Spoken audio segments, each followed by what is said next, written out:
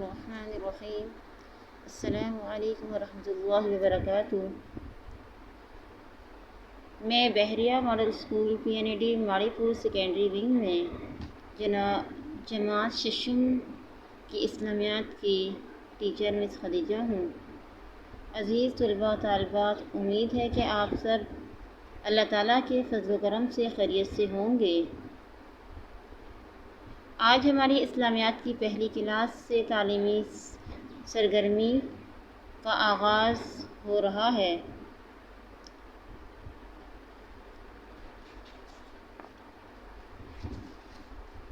تو اسلامیات کا ہمارا سب سے پہلا چیپٹر توحید ہے۔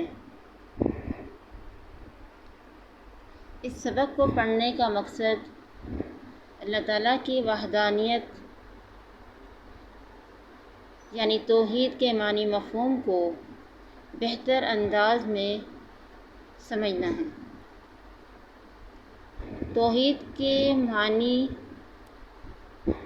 ایک ماننا۔ توحید عربی زبان کا لفظ ہے جس کا معنی ایک ماننا۔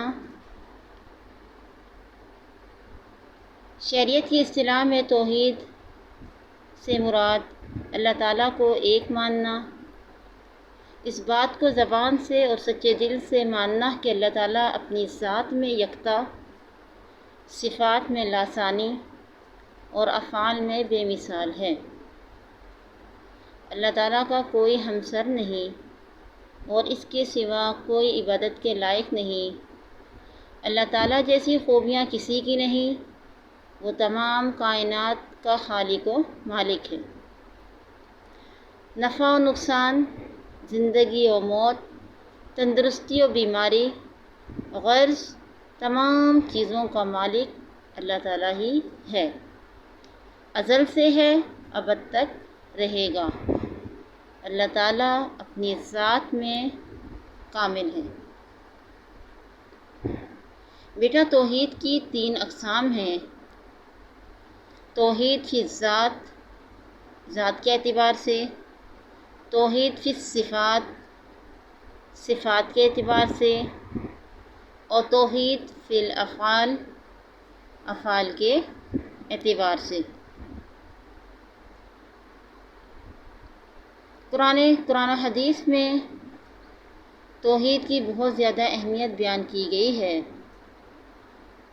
اسلام کا سب سے پہلا عقیدہ ہی توحید ہے اور دیگر تمام عقائد کی بنیاد اسی پر ہے۔ حضرت آدم علیہ السلام سے لے کر حضرت محمد صلی اللہ علیہ وسلم تک تمام انبیاء علیہ السلام نے توحید کی تعلیم دی کہ اللہ تعالیٰ کے سوا کوئی عبادت کے لائق نہیں۔ قرآن پاک میں سورہ حشر میں اللہ تعالیٰ کا ارشاد ہے جس کا ترجمہ ہے، وہی اللہ ہے جس کے سوا کوئی معبود نہیں، غیب اور حاضر ہر چیز کو جاننے والا ہے اور رحمان و رحیم ہے۔ اگر کائنات کی ہر چیز پر نظر ڈالی جائے تو ہر چیز سے اللہ تعالیٰ کی وحدانیت کی واضح دلیل ہے۔ ہر چیز اللہ تعالیٰ کی وحدانیت کی واضح دلیل ہے۔ سورج، چاند، دن اور رات سب اللہ تعالیٰ کی وحدانیت کی گواہی دیتے ہیں۔ اسی طرح سورہ اخلاص میں اللہ تعالیٰ کا ارشاد ہے، کہہ دیجئے کہ اللہ تعالیٰ ایک ہے، اللہ بے نیاز ہے، نہ اس کی کوئی اولاد ہے، نہ وہ کسی کی اولاد ہے اور کوئی اس کے برابر نہیں۔ اللہ تعالیٰ کی وحدانیت کو سچے دل سے تسلیم کرنا اور مرتے دم تک اس پر قائم رہنا ایمان کی بنیادی شرط ہے۔ حدیث مبارکہ میں اس کی وضاحت اس طرح کی گئی ہے۔ نبی کریم صلی اللہ علیہ وسلم کا ارشاد ہے، جو شخص اس حال میں مرا کہ وہ یقین رکھتا تھا کہ اللہ تعالیٰ کے سوا کوئی معبود نہیں تو وہ جنت میں داخل ہوگا۔ جب ہر چیز کا خالق و مالک اللہ تعالیٰ ہے اور پوری کائنات میں تمام مخلوقات اسی کے حکم کے تابع ہیں۔ اس لیے انسان کے لیے ضروری ہے کہ اللہ تعالیٰ کے سامنے جھکے، کیونکہ دنیا اور آخرت کی کامیابی عقیدہ توحید پر ہے۔ توحید کی ضد شرک ہے، اور شرک کے معنی ہے حصہ داری۔ اسلامی اصطلاح میں اس سے مراد یہ ہے کہ اللہ تعالیٰ کی ذات، صفات اور افعال میں کسی کو اس کا شریک ٹھہرانا۔ یہی وجہ ہے کہ قرآن پاک میں اللہ تعالیٰ نے شرک کو ظلم عظیم کہا گیا ہے۔ اللہ تعالیٰ کا فرمان ہے سورہ لقمان کے اندر، اللہ تعالیٰ فرماتے ہیں، جس کا ترجمہ یہ ہے: بے شک شرک یقیناً بڑا ظلم ہے۔ ایک اور مقام پر سورہ نساء میں اللہ تعالیٰ فرماتے ہیں: بے شک اللہ تعالیٰ چاہے تو تمام گناہ معاف کر دے، مگر شرک کو معاف نہیں کرے گا۔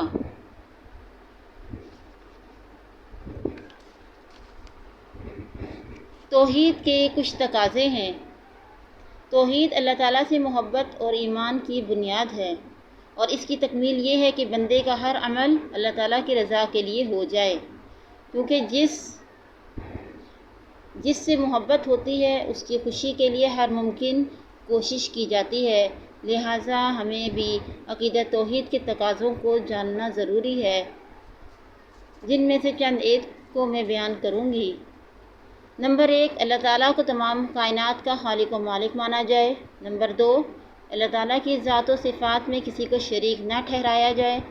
نمبر 3، صرف اللہ تعالیٰ کی عبادت کی جائے۔ نمبر 4، تمام دعائیں اللہ تعالیٰ ہی سے مانگی جائیں۔ نمبر 5، ہر حال میں اللہ تعالیٰ کا شکر ادا کیا جائے۔ نمبر 6، اللہ تعالیٰ پر بھروسہ توکل کیا جائے۔ جب ہم عقیدہ توحید پر مکمل ایمان رکھیں گے اور اس کے تقاضوں کو پورا کریں گے تو پھر اس کے اثرات ہماری زندگی پر کیا پڑیں گے۔ عقیدہ توحید انسان کو عزت نفس ادا کرتا ہے، یعنی مسلمان اللہ تعالیٰ کے سوا کسی کے آگے نہیں جھکتا۔ یہ ہماری زندگی پر اس کا سب سے بڑا اثر ہوتا ہے۔ اس کے علاوہ عقیدہ توحید انسان میں عاجزی پیدا کرتا ہے، کیونکہ اسے یقین ہوتا ہے کہ جو کچھ ہمارے پاس ہے وہ اللہ تعالیٰ کا دیا ہوا ہے۔ اللہ تعالیٰ پر مکمل ایمان رکھنے سے بہادری و شجاعت جیسی اوصاف پیدا ہو جاتے ہیں۔ توحید ہی کی برکت سے انسان اطمینان قلب محسوس کرتا ہے۔ یہ ایک ایسا عقیدہ ہے جو انسان کو نیکی کی راہ پر چلاتا ہے اور برائی سے بچاتا ہے۔ انسان میں صبر و شکر جیسے اوصاف پیدا ہوتے ہیں۔ انسان تقویٰ اور گناہوں سے بچنے کی کوشش کرتا ہے۔ عقیدہ توحید ہم سے یہی تقاضا کرتا ہے کہ ہم اللہ تعالیٰ کو اپنا حقیقی خالق و مالک مانیں، اور اس بات پر پختہ ایمان رکھا جائے کہ اللہ تعالیٰ ہماری شہ رگ سے بھی زیادہ قریب ہے۔ وہ ہمیں ہر وقت دیکھتے ہیں، سنتے ہیں، ہر چیز سے واقف ہیں۔ اس لیے بیٹا ہمیں چاہیے کہ ہم صرف اللہ تعالیٰ ہی کی عبادت کریں، اسی کے احکام کے مطابق زندگی گزاریں، اور جب ہم عقیدہ توحید کے تقاضے پورا کریں گے تو پھر دونوں جہانوں میں کامیابی حاصل کر سکتے ہیں۔ امید ہے کہ بیٹا آپ کو عقیدہ توحید کے معنی و مفہوم، اس کی اہمیت، اس کے تقاضے اور اثرات جو ہماری زندگی پر مرتب ہوتے ہیں سمجھ میں آ گئے ہوں گے۔